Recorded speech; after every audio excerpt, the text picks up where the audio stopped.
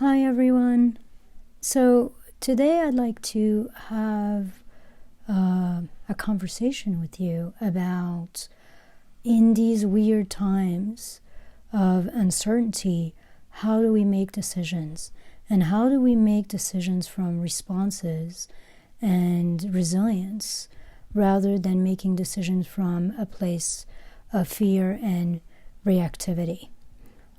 And I'm hearing this from a lot of my clients, this sense of feeling overwhelmed and even paralyzed and not knowing what to do and not knowing what makes sense in this day and age. And partially I think we feel that way because these are unimaginable times. I mean, most of us this is the first time that we're experiencing something like that. Our grandparents might remember a time of war where some of that thinking and some of that resilience and ability to tap into different support system and different support system centers within us was needed. But for most of us, we have no idea what we're doing with ourselves and what to do next. And so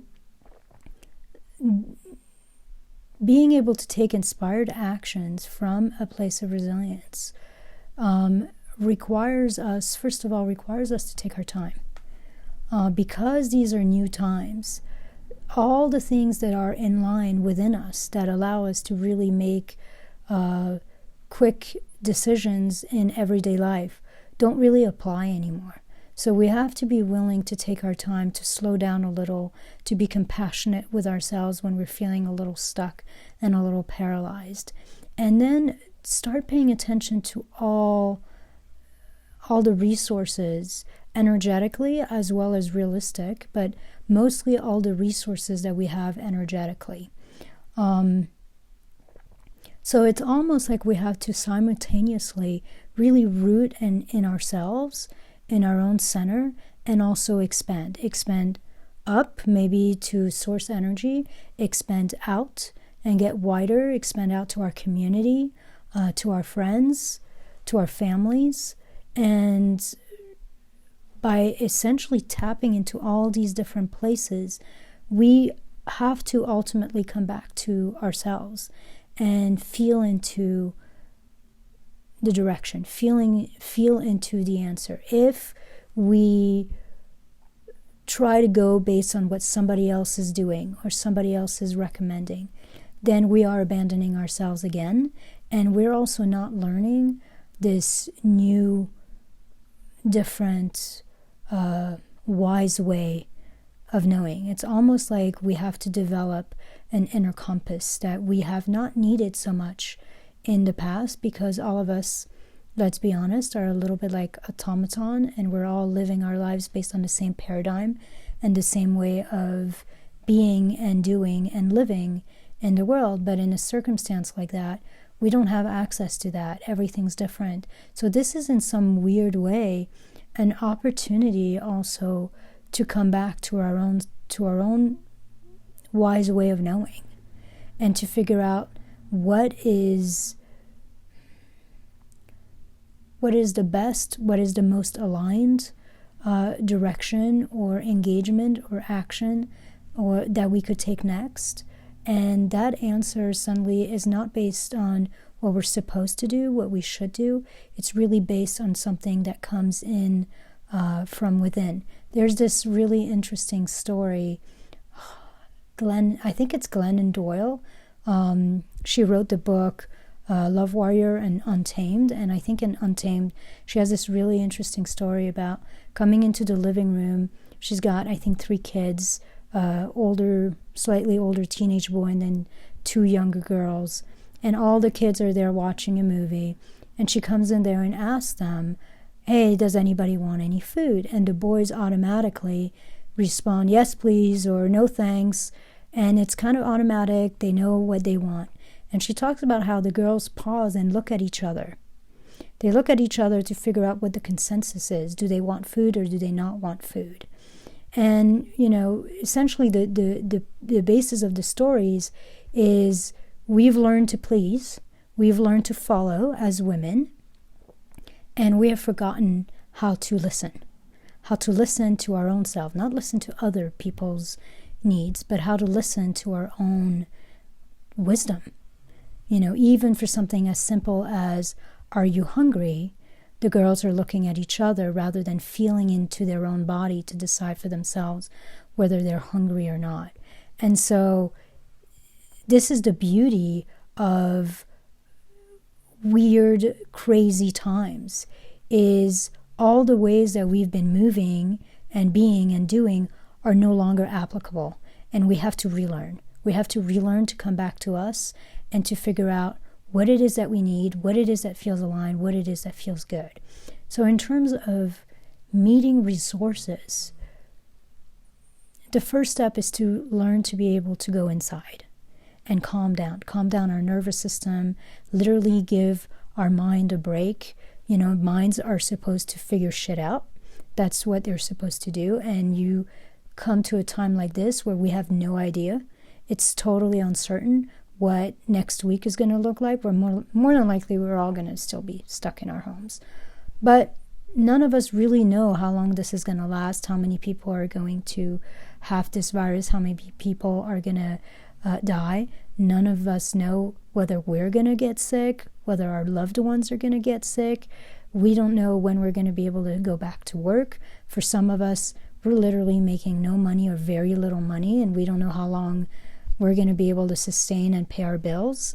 So these are very uncertain times. And during uncertain times, the mind is spinning, trying to figure out and make sense of it and have a plan in place. But you can't build a plan on a foundation that's shaky and moving and completely new. You literally have to go to a different way of knowing and addressing and engaging. So the first step is to drop out of the head, because your mind's not helping you particularly right now. And drop back into your body, drop back into your heart, calm your nervous system down, and essentially connect to yourself, connect to the support that's here. So sometimes it's as simple as feeling your feet on the ground, feeling the chair under your butt, or supporting at your back. And then just meet that still quiet place within. There is a part within us that is not getting freaked out by this, that is essentially watching it all unravel and happen. And this part of us, I'm going to butcher it, but one of my favorite quote is, I think it's Albert Camus, the French philosopher, that says something like, one day I discovered within me an infinite sun, or in the depths of winter, I discovered within me an infinite sun. And so part of this resilience is, rather than looking for comfort and safety and answers out there, is to come back and to start actually sensing into what we need. Are you hungry? Do you need to move? Do you need to go for a walk? Do you need to take a nap?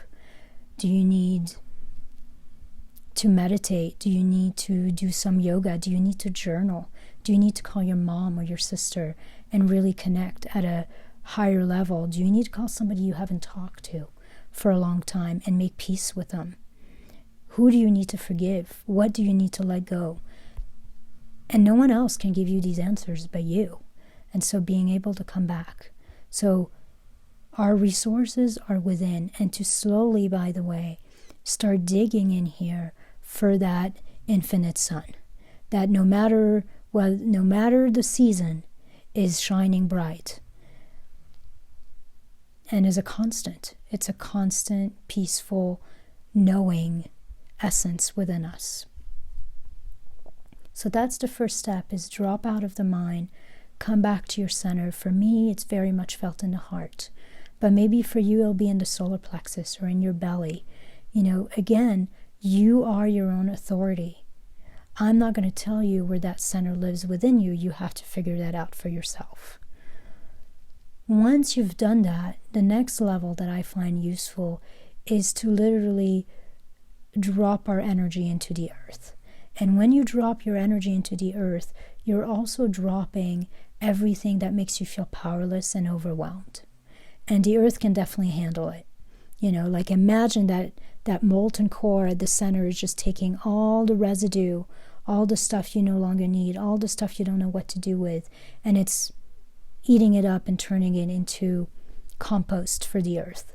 So dropping our awareness and dropping our energy into the earth until we feel grounded and rooted in the nourishment and the abundance. When we think of earth, obviously we have Mother Earth, so there's a birthing process happening there.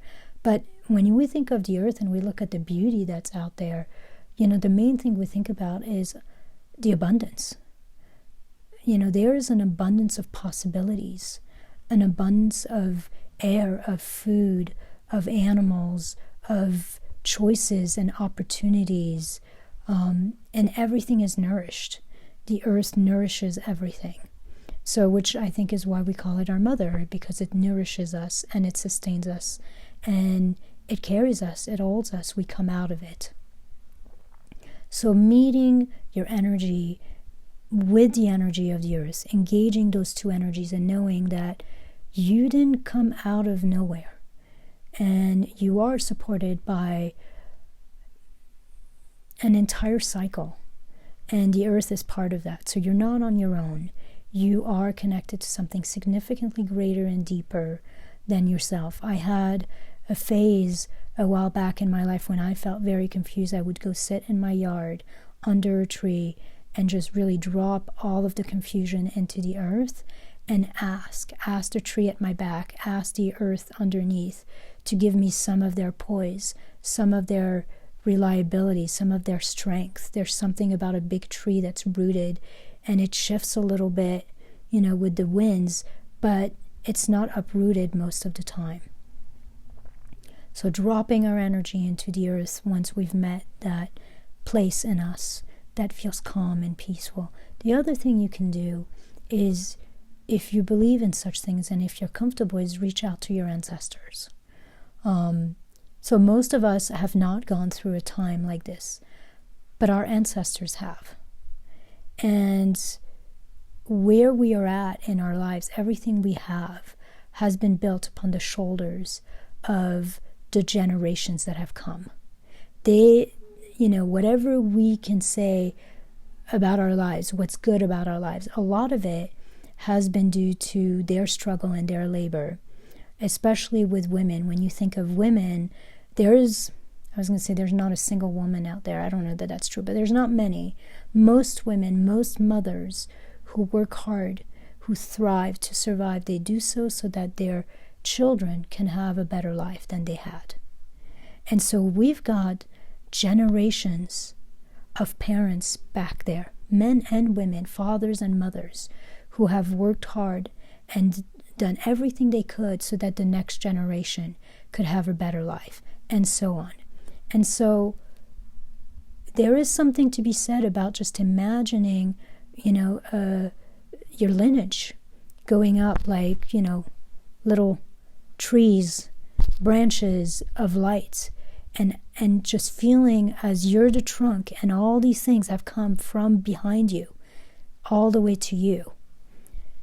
And asking for support, asking for help, sensing into all these generations who have gone through something, most of them significantly worse than we're going through right now.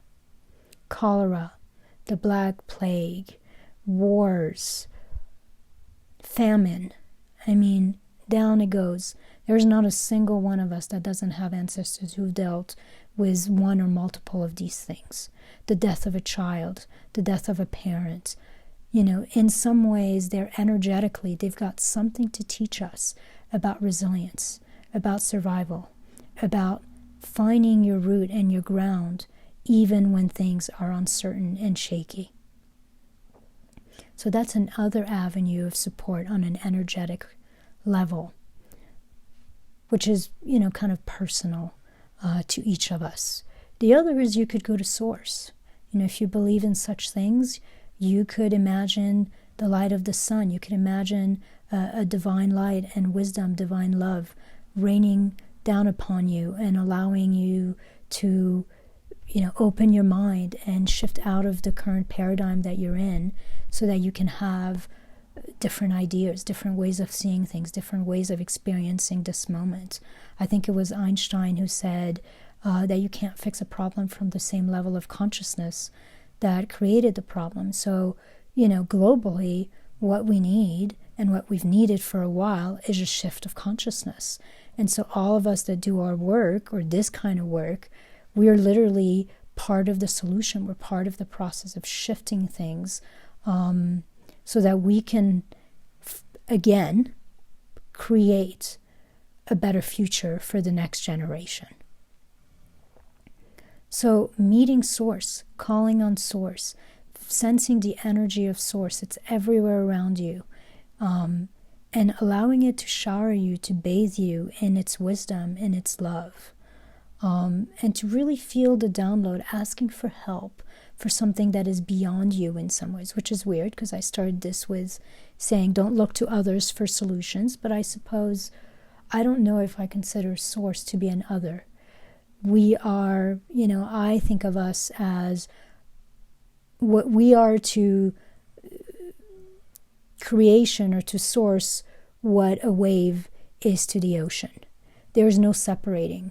So even though we might think of, from that Judeo-Christian mindset of God or source or the divine spirit separated from us, really it doesn't. It's in us and we are in it.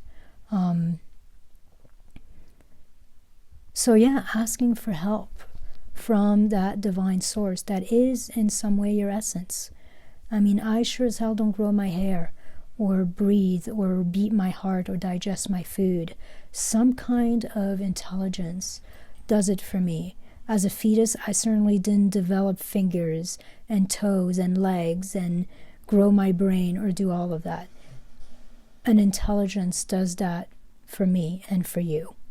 So calling on that intelligence for wisdom, for opening our mind, opening our heart, for resilience, for being able to see the opportunities that are actually here and being able to walk through those doors.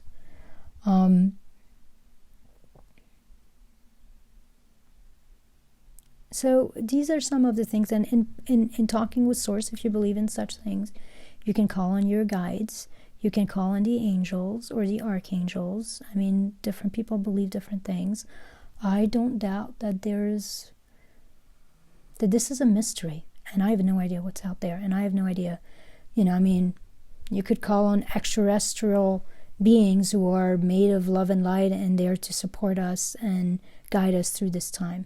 It doesn't really matter in some ways. I think it's more about getting out of reaction and actually starting to open to the possibility that you are surrounded by support, that you are surrounded by opportunities, that you are surrounded by love and wisdom, your own and of that which is beyond than your understanding. And you have an ability to tap into that.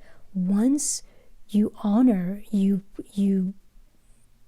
consider that, there is all this support, all this love, all this wisdom of the earth, of infinite intelligence, of our ancestors, of maybe celestial beings. It's all there for asking for us to tap into it so that it can support us. The moment that you have that recognition, you have suddenly come from being very tight to being a little wider. And that's the whole purpose. I have no idea how much of what I told you is pure bullshit. The one thing I do know is that when we're like this, nothing changes, nothing new can come in or come out of us. And we are in that loop, in a vicious cycle. But the moment that we can actually come down and expand, then suddenly there's a ton more possibilities, a ton more intelligence that comes up from within us. So when you're stuck, when you're in this situation, this is our job. Our job is to tap into this expansiveness, this intelligence, this resourcefulness, this support that is all around us, and step out of our smallness, step out of our constriction, just tension, resistance, and enter this openness, this field of possibilities. And I'm giving you all these different opportunities so that you can tap into what feels best for you, what feels more alive for you, what feels more connecting to you. For me, it's very much tapping into that still small place within me that is bright, that is sweet, that is wise, that is calm. I have real easy access to that. It took a while, but I do. The next level is tapping into the earth and just the resilience of the earth, the abundance of the earth, the creativity of the earth. And then the next level for me is either source or ancestors. And sometimes I tap into all of them. I just go through the whole damn thing and see, and I'm in a place where I could use whatever help there is. I could use whatever calm I can get. I can use whatever resilience, whatever support, whatever expansiveness I could get. And so I go through the whole thing, and by the time I'm done with that, I'm done with tapping into everything. I'm connected to myself. I'm connected to a place of calm, resilience, peace, almost enthusiasm, faith, hope. Then suddenly the answer comes, and it comes from a completely different place. And so this is my invitation for you. By the way, for those of you who are not, can't sit still, you can do it in writing. I actually have a lot of people who do this kind of work in writing, where they will tap into their inner place, and they'll ask a question and I'll write the answer. They'll call on their ancestors and maybe imagine a few ancestors, maybe an old grandmother or grandfather that they knew, or a great-grandmother, and they'll ask a question or they'll ask for help and see what comes up. Or they'll tap into all of those and then write it down. For some people, writing is easier than just sitting quietly and meeting all of that energy. So that's my invitation, is in these times, figure out a way to come back to yourself for your own answers, for your direction, for your creativity, so that you can make use of this time.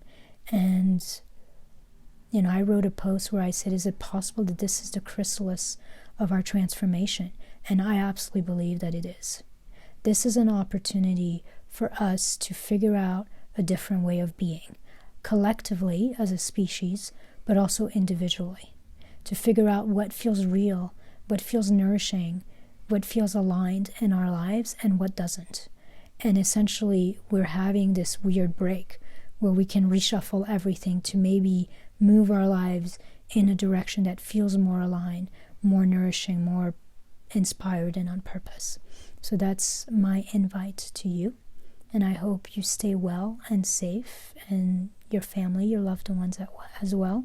And I will sure connect with you at some point soon. I would also like to tell you, this is something I've offered on Facebook.